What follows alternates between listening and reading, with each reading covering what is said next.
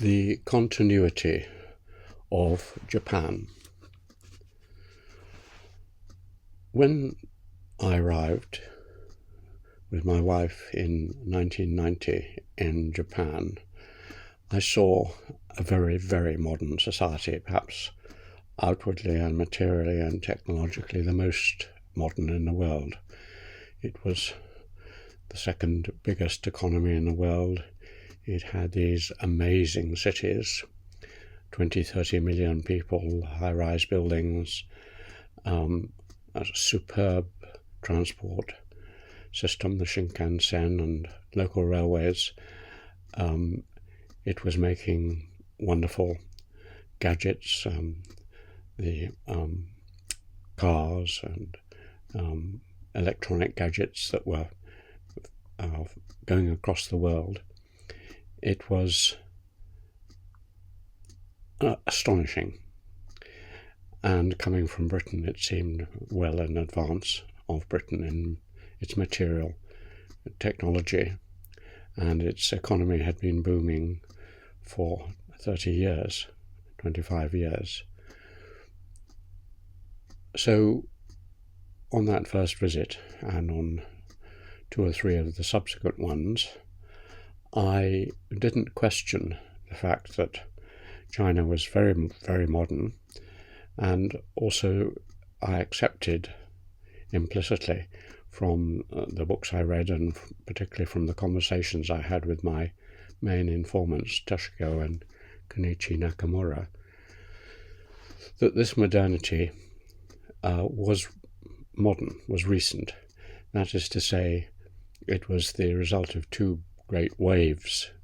One had started in about 1870 after the Meiji Restoration, and was the first industrialization and urbanization of Japan, lasting 30, 40 years.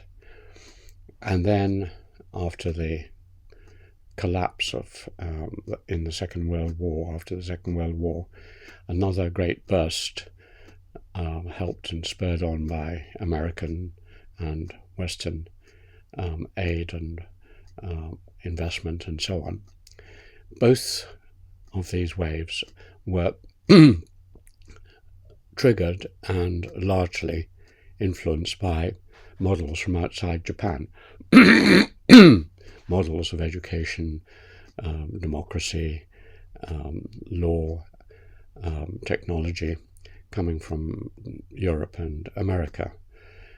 So I didn't question all that, and nor did the people themselves. They had been taught at school and so on that their modern Japan was very, very different from what had existed in a basically feudal agricultural civilization for 1,000 years up to 1870. And so there was again a puzzle for such people, not possibly made explicit, which was, while they were told that their history had started basically 120 years earlier than 1990,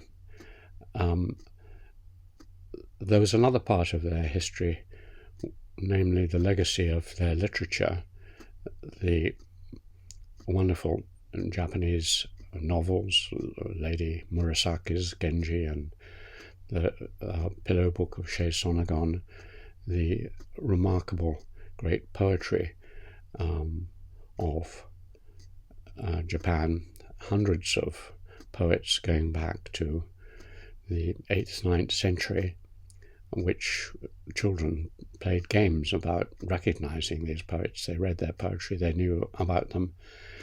The extensive autobiographical literature, travels, diaries, and so on.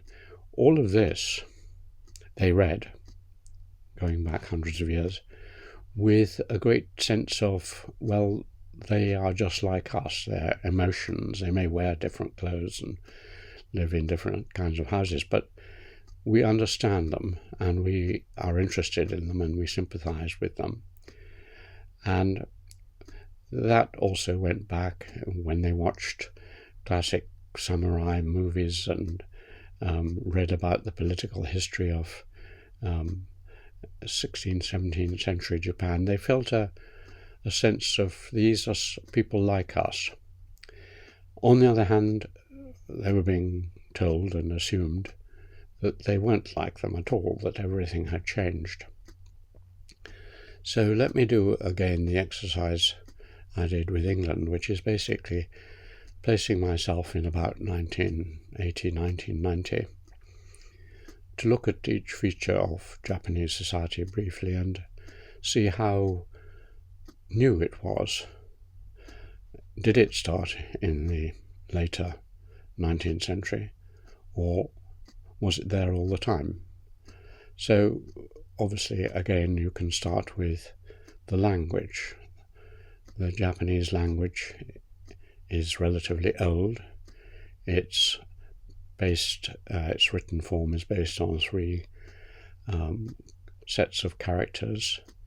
One is Chinese, and then there is two further ones, katakana and hiragana. And that written language, as far as I know, is more or less continuous for 1,000 years. It hasn't changed from the Heian Nara period in the 8th, 9th centuries. So that's a bit of a shock. There's no new language. Of course, with modernization and westernization, they grafted on new words because they didn't have words for steam engines or televisions or whatever it was. So they would graft these words on, and that has gone on throughout Japanese history. When the Portuguese bought glass objects and the Japanese had forgotten about glass, they asked what it was, and they heard the word glass, and so they called garas, and that happened. So you've got new words, but the syntax, vocabulary, grammar was, as in England, more or less unchanged for over 1,000 years. The next thing you could look at is the legal system.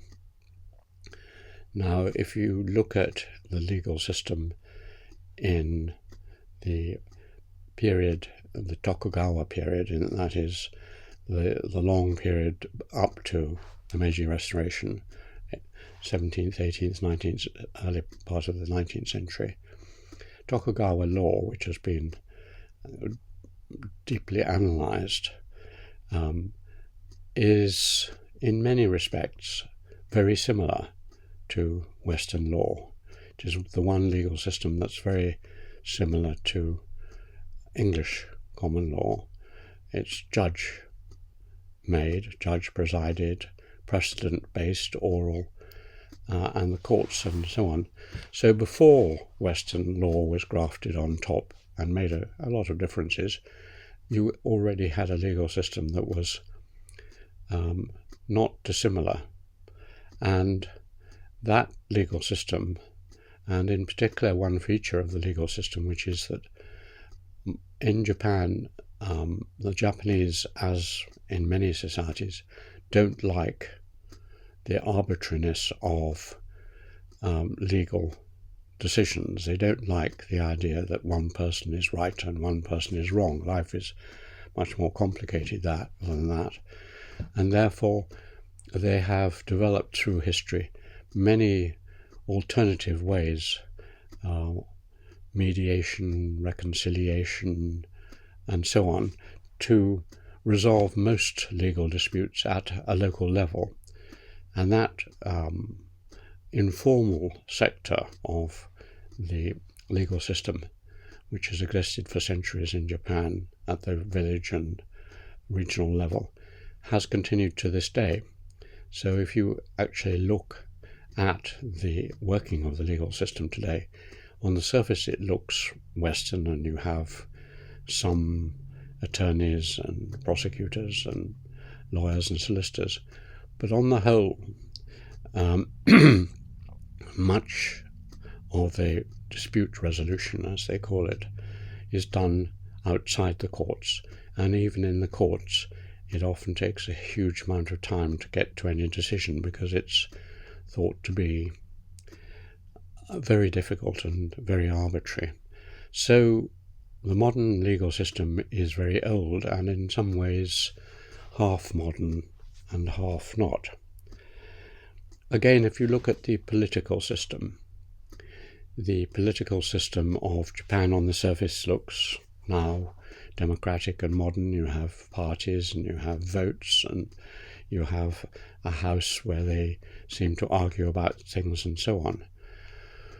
But if you look more deeply at Japanese politics and how it works, you see that this is a surface, and behind it is a much older system, because one indication of this is that in the last 60, 70 years, one party has been ruling Japan for almost all the time.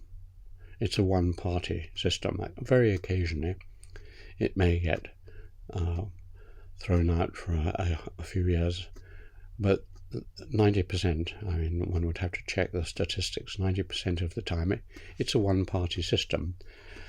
And all the decisions are made not really through oppositional debate, but through fixing. You fix the electorate through pork barrel politics. You give out bonuses to people to vote for you, and you fix decisions by having lots of meetings and caucuses and so on. And if you actually look at a debate or meeting, it's not of the British kind where you stand and shout at each other. I mean, there are great scenes of shouting and so on occasionally, but basically it's people sitting, elderly males sitting in large comfortable chairs around a large room, and someone talking and a bit of discussion and so on. So it's a very half-modern political system, but it's also one that, in that sense and in others, dates back, because it was very early noticed that the system of government and politics in Japan was very curiously similar to that in England. It was a feudal system with a lot of devolved power. You had a split at the top. The emperor was the ritual power and the shogun was the military power. So like England, you had the crown and the parliament, two different groups, the executive and so on. And you had a lot of devolution of power downwards to the very powerful nobility of Japan, as in England, or aristocracy, the daimyo, who ran the regions, and they would have a lot of devolved power to run their region, and then they would devolve power down to the next level, to the samurai and others, and then down to the village level and so on, layers downwards like that, which is in many ways very similar to what happened in England, where the Parliament and the Crown devolved a lot of power down to local gentry and aristocracy, and to local towns and cities, and so on. So the Japanese political system has not been transformed in the last 120 years. It's been modified, and modified on the basis of something which is pretty old. Moving on to society, starting with the family. An anthropologist called Smith has done a study of the Japanese family and its history, and he's shown that there's been no substantial change in the family system of Japan for over 1,000 years. It goes back to that 8th, 9th century. That is in its three main characteristics as anthropologists see them, in terms of terminology, how you call your uncles, aunts, and so on. It's got the same terminology and system as the English, and it hasn't changed. In terms of descent, that is how you reckon your ancestors, it again is like the English. You reckon your ancestors through both males and females. So you don't form into strong kinship groups based on just males. It's known as a bilateral system. It's two-sided, and that is over 1,000 years old. In terms of inheritance, it is again peculiar and exactly like the English. That is, that you have one son, male, inheriting the major part of the family property, often on the basis of birth. So firstborn, primogeniture, male primogeniture, and the other sons and daughters have to go off and make their own way in the world, which is the English pattern. So the other children may well get a part of the inheritance, but the core holding, the farm or business, goes from generation to generation down one person. And that is a very strong principle in much of Japanese life, not just in the family, but also in relation to all other sorts of things, business ownership, kabuki, actors, sumo wrestlers, all this. They like to go down a particular line. But what's very intriguing and is different from England is that that line doesn't have to be pure blood. There's a very strong tradition in Japan of adoption. And so if you don't have a son, or if your sons are no good, you adopt someone from another family. And where that differs from China is that you can adopt anyone. In China, you should adopt someone who is part of your clan, the same family name. In Japan, you can adopt anyone you like, and you often do. So early travellers to Japan would come across these large families, which they took to be blood-based families. But on inquiry, they found that many of them weren't related to the head of the household at all. They'd been adopted in childhood, and sometimes, as in the case of Fukuzawa Yukichi, who I studied, the great reformer, he was adopted into one family, and then they decided they didn't need him, or someone needed him more, and he was adopted out and adopted into another family, so you can shuffle around. So it's a very contractual system underneath, on top of blood relations, and that gives it some of its efficiency, because if you're running a big firm like Mitsubishi or whatever, you want the best person to inherit it, and that may well not be your own children, so you can adopt in a manager. The English did it in other ways in business. They would often have apprentices, and the apprentice, a really promising apprentice, might marry the daughter of the owner of a big business and take over the business. But they didn't do it formally through adoption, because there was no legal status of adoption in English law until quite recently. So that's one piece of the society. Another is the caste system. Most societies, as I explained elsewhere, are based on birth-given class differences which are enforced by law. So in the extreme case of the Indian caste system, you have different caste groups who are ranked hierarchically in terms of ritual status and other things. And even in continental Europe and so on, you have big differentiation based on law between peasants and townsmen and clergy and nobility, the four orders.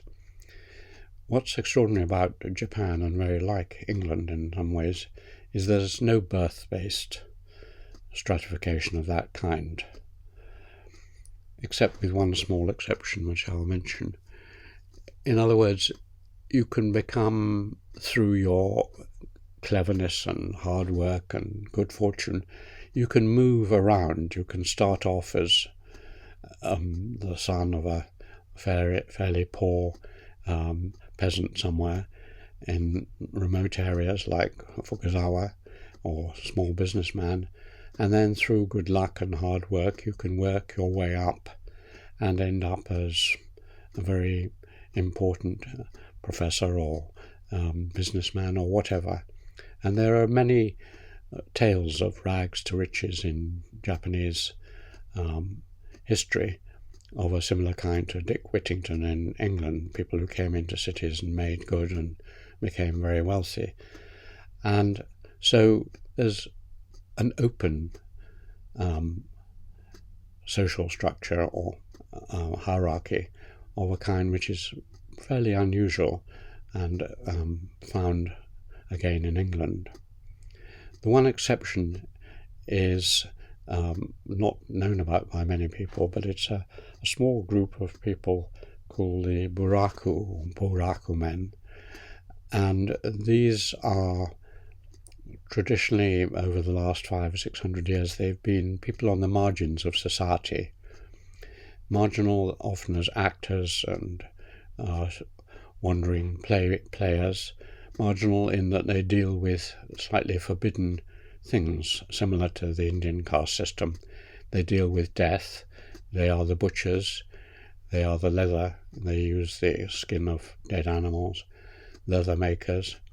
So they are associated with certain marginal activities, and they are treated as such. They are historically ritually impure. They shouldn't marry proper Japanese. They shouldn't live in the center of Japanese cities. They are an outcast, as it were, and there are some wonderful novels about the predicament of these people. Nowadays, they've been largely absorbed, though I've visited some of them and talked to them, and the discrimination is still partly present there. But that's the exception. 99% of the Japanese are in this very volatile situation. And the corollary, which is social mobility, is also like the English. In other words, the Japanese traditionally are wandering people. They're peasants, so they're often working in a village and may stay there all their lives. But many of them, particularly the younger sons and daughters and others, move away, go off. They've for long been very unusually big cities and a city population in Japan, and they often go off to cities and make a living there. And so they're not tied to the land as peasants usually are. Maybe one member of the family will be, but the rest wander around. And that's quite unusual, and a great deal of social mobility goes back, you can see it in stories and literature, hundreds and hundreds of years. Moving on to the economy, the Japanese economy for hundreds of years has been extraordinarily modern.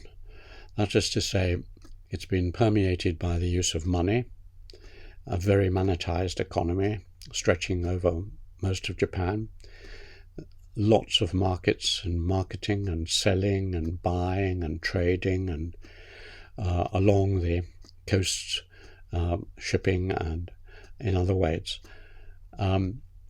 It had the first stock exchanges and futures markets in, as far as I know, in the world. Futures markets in rice and so on from the medieval period, where you'd buy up and then sell off and so on. So it's a very modern economic system, and a very likewise with property, which is not owned by the whole family, not embedded in the family system, because only one child will inherit the main estate, and therefore it's fluid.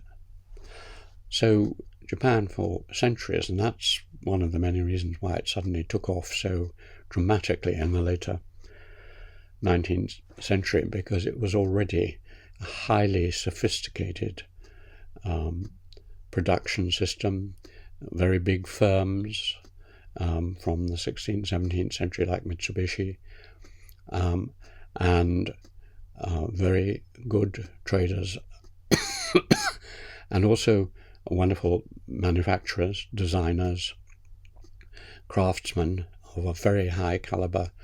And so the later Japanese miracle of the 20th century, Sony and all these microelectronics, goes back hundreds of years to a tradition of craft manufacturing and selling and buying in Japan. Another feature which is worth looking at is religion and ritual. Now,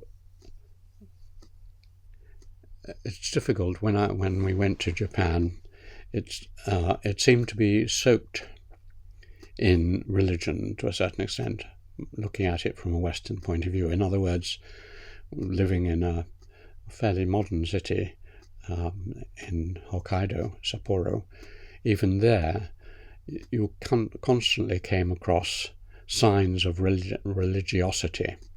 You came across little shrines. You came across temples, Shinto temples, Buddhist temples. You came across processions of a ritual-looking kind. And so it looked rather like walking around Cambridge city, not bells, but chanting and banging of gongs and so on. So very religious. And yet when I probed further and asked my friends about this, they said, no, we're not religious. We don't know what religion is. We don't know who God is or what God is. And a dramatic example of it, when we visited a middle school and I asked the children to tell me what their religion was, and the teacher said, well, I can't ask them because there's no word for religion and they don't know what you would mean. And I said, well, have they heard of the Buddha? Because this country is Buddhist. No, never heard of the Buddha, never heard of any religious figure. They weren't taught religion, they didn't know what it meant. They had spirits all round. They had little spirits or forces called kami.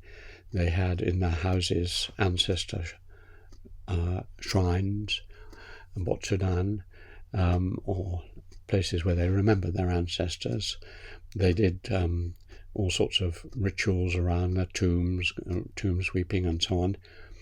And so they were constantly doing little rituals, but no God and no religion in the Western sense.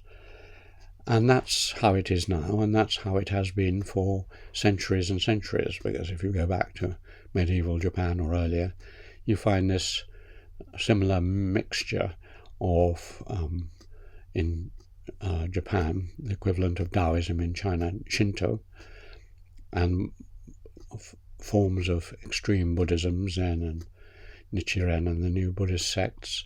You find an admixture of Confucianism and ancestral beliefs and other spirits and fox spirits and so on.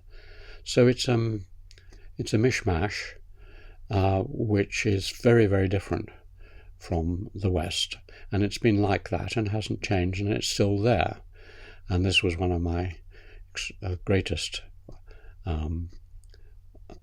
amazing discoveries, was basically underneath the surface of modernity. The Japanese are still holding on to ancient shamanic beliefs which came to Japan thousands of years ago. So they haven't rejected that.